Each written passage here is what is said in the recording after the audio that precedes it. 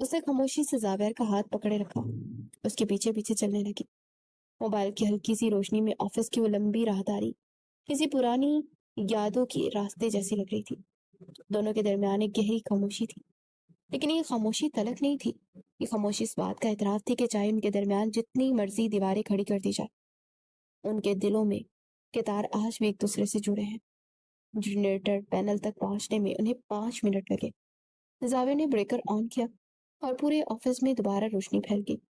روشنی آتے ہی انشال نے فوراً زاویہ کا ہاتھ چھوڑ دیا اور ایک قدم پیچھے ہٹ گئی۔ اس کے گالوں پر ہلکی سی سرخی آ گئی۔ زاویہ نے بھی اپنا ہاتھ جیب میں ڈال دیا۔ دونوں ایک دوسرے سے نظریں چرانے لگے۔ چلے گئے؟ کافی دیر ہو گئی ہے، زاویہ نے گلا صاف کرتے ہوئے کہا۔ ہاں چلو، زلفی میرا انتظار کر رہا ہوگا، اسے میں نے گیمنگ زون کا بجٹ فائنل کر کے دینا ہے۔ انشال نے جلدی سے بہانہ بنایا۔ گاڑی کا سفر واپسی پر خاموشی تھا، مگر اس خاموشی میں بھی سکون تھا۔ حویلی پہنچتے تو دونوں خاندان رات کے کھانے کا انتظار کر رہے تھے۔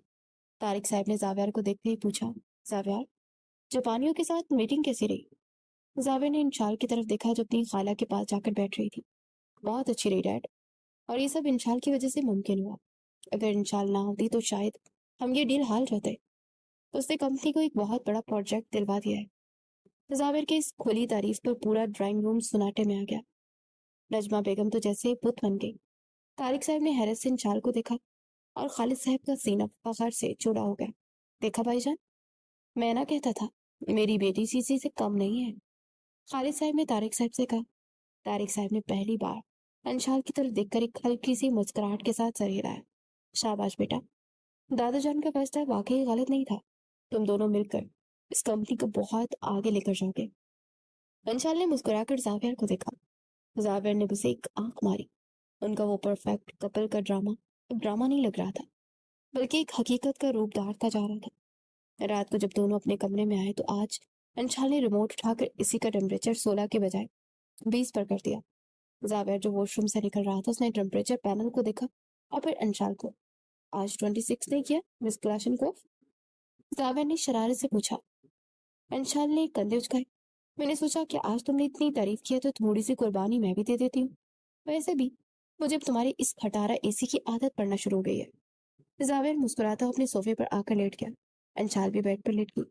روشنی بند ہو چکی تھی لیکن آج اندھیرے میں کوئی ڈر نہیں تھا۔ انشال نے چھت کی طرف دیکھتے ہلکی سی آواز میں کہا، گڈ نائٹ زاویار۔ زاویار نے آنکھیں بند کی اور ایک پرسکون مسکراہٹ کے ساتھ جواب دیا، گڈ نائٹ انشال۔ حویلی کی گرنے والی وہ دیوار اب کبھی دیوار کھڑی نہیں ہو سکتی تھی۔ دادا جان کا بویا ہوا وہ بیج اب ایک مضبوط درخت بننا شروع ہو گیا تھا، جس کے چھاؤں میں ان دونوں کی زندگی کی تمام تلخیاں مٹنے والی تھی۔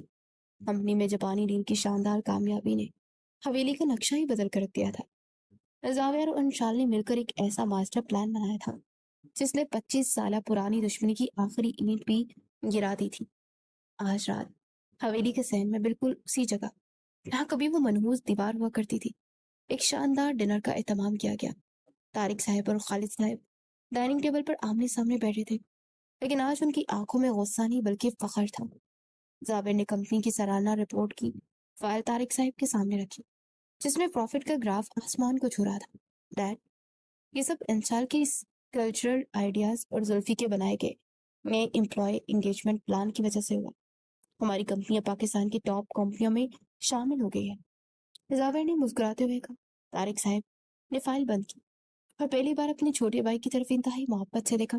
خالد، مجھے معاف کر دے یار، میں اپنی انا میں اتنا اندھا ہو گیا تھا کہ مجھے تیری ان بچوں کی خوشی نظر ہی نہ آئی۔ اگر ابا جان یہ وصیت نہ کرتے تو میں شاید کبھی نہ سمجھ پاتا کہ ہمارا اصل سرمایہ یہ کمپنی نہیں بلکہ ہمارا خاندان ہے۔ خالد صاحب کی آنکھوں میں آنسو آ گئے، فوراً اٹھے اور اپنے بڑے بھائی کے گلے لگ گئے۔ 25 سال کی دوریاں ایک ہی جپھی میں ختم ہو گئی۔ دوسری طرف نجمہ بیگم نے بھی انشال کے سر پر پیار دیا۔ میری بہو تو سچ میں ہمارے گھر کے لیے خوش قسمتی لے کر آئی ہے، شہناز خالہ نے مسکراتے ہوئے کہا۔ چلے بھابھی، اب پرانی باتیں بھول کر ان بچوں کی خوشیوں کی دعا کرتے ہیں۔ حویلی کا صحن کہکو اور محبت سے گونج رہا تھا۔ زاویار نے اور انشال نے ایک طرف کھڑے ہو کر یہ دیکھ رہے تھے۔ زاویار نے آہستہ سے انشال کا ہاتھ پکڑا اور سرگوشی کی، مس کمپلیکیٹڈ، مس کلاشنکوف۔ انشال نے مسکرا کر سے دیکھا۔ یہ تو بس ٹریلر تھا مسٹر خڑوس، پکچر تو ابھی باقی ہے۔ رات کے جب انشال اور زاویار اپنے کمرے میں آئے تو انشال حیران رہ گئی۔ کمرے کی ڈم لائٹس آن تھی، بیڈ پر سرخ گلاب کی پتیاں بکھری ہوئی تھی، اور سب سے بڑی بات، اے سی کا ٹیمپریچر 16 کے بجائے 24% تھا۔ یہ سب تم نے کیا؟ انشال نے حیرت سے زاویار کو دیکھا، جو ڈریسنگ ٹیبل کے پاس کھڑا مسکرا رہا تھا۔ کیوں؟ کیا ایک خڑوس انسان رومانٹک نہیں ہو سکتا؟ زاویار نے آہستہ آہستہ قدم بڑھاتے انشال کے قریب آ کر کہا۔ اس کی آنکھوں میں وہ محبت تھی جو اس نے 15 سال تک اپنے اندر چھپا کر رکھی تھی۔ انشال، میں نے تم سے ہمیشہ صرف یہی جتایا کہ میں تم سے کبھی کتنی نفرت کرتا ہوں، لیکن سچ تو یہ ہے کہ جس دن وہ دیوار بنی تھی نا، میرا دل تمہیں ہی یاد کرتا رہا تھا۔ زاویار کا لہجہ اتنا گہرا اور رومانوی تھا کہ انشال کی دھڑکنیں بے ترتیب ہونے لگی۔ زاویار نے اس کا ہاتھ اپنے ہاتھ میں لیا اور اسے خود سے قریب کیا۔ دونوں کے درمیان فاصلہ نہ ہونے کے برابر تھا۔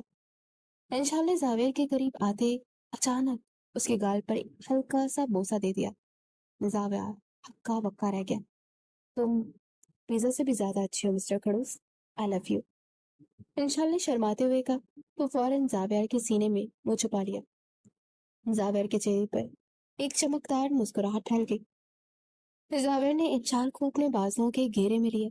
آئی لو یو ٹو میری پاگل لاشن کو۔ وہ دونوں بھی ایک دوسرے کی آنکھوں میں دیکھ ہی رہے تھے کہ اچانک ٹک کی آواز آئی اور پورے کمرے کی لائٹ چلی گئی۔ حویلی کا جنریٹر آج پھر خراب تھا۔ ہائے اللہ! انشال نے ڈر کر زور سے زاویار کو گلے لگا لیا۔ زاویار نے اندھیرے میں ہنستے ہوئے اسے اور مضبوطی سے تھام لیا۔ لو بھئی، واپڈا والوں نے ہمارا ساتھ دے دیا، اب تو تمہیں ڈرنے کے بہانے پوری رات مجھے ایسے ہی پکڑ کر رکھنا پڑے گا۔ انشال نے اندھیرے میں زاویار کے سینے پر ایک مکہ مارا۔ بدتمیز! کمرہ اندھیرے میں ڈوبا ہوا تھا، مگر ان دونوں کی زندگی میں اب محبت کی وہ روشنی پھیل چکی تھی جسے کوئی لوڈ شیڈنگ نہیں بجھا سکتی تھی۔ دادا جان کا لگایا ہوا پودا اب ایک سایہ دار اور کہکو برا درخت بن چکا تھا۔